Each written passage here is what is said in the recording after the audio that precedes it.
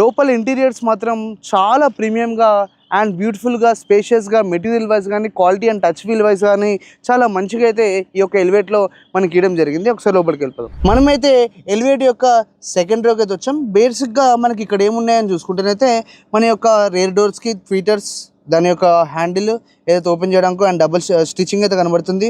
And చాలా బ్యూటిఫుల్గా నాకు చాలా నచ్చింది ఏంటంటే దీని యొక్క సాఫ్ట్ టచ్ మెటీరియల్స్ అయితే ఎక్కడికక్కడ వేయడం జరిగింది. అండ్ మెయిన్ స్పీకర్స్ ఆబ్వియస్లీ డోర్స్కే ప్లేస్ చేశారు. అండ్ ఒకవేళ మనము దీని యొక్క సీట్ పొజిషన్ చూసుకుని ఇక్కడ మనకి 3 పాయింట్ సీట్ బెల్ట్ అయితే ఇచ్చారు. అండ్ ముగ్గురికి కూడా హెడ్ రెస్ట్ అయితే ఇవ్వడం జరిగింది. అండ్ మధ్యలో మనకి ఈ యొక్క cup holder and Isofix seats అయితే ఇచ్చారు. అండ్ ఒకవేళ మనం ఎంటర్ అయినా కూడా లోపలికి లెగ్ రూమ్ ఉందో అది బాగుంది. అండ్ పైన హెడ్ ఏరియా కూడా చాలా బాగా వేయడం అయితే జరిగింది. అండ్ థై సపోర్ట్ కూడా బాగుంది. కాకపోతే ఇక్కడ నాకు ఆ పక్కన కూర్చున్న వాళ్ళకి మాత్రం థై సపోర్ట్ బాగుంది, కానీ మధ్యలో వాళ్ళకి మాత్రం కొంచెం ఎలివేటెడ్ అనిపిస్తూ ఉంటుంది. వెనక ఇంకేమైనా ఉంది కంఫర్ట్ కోసం అంటే మనకి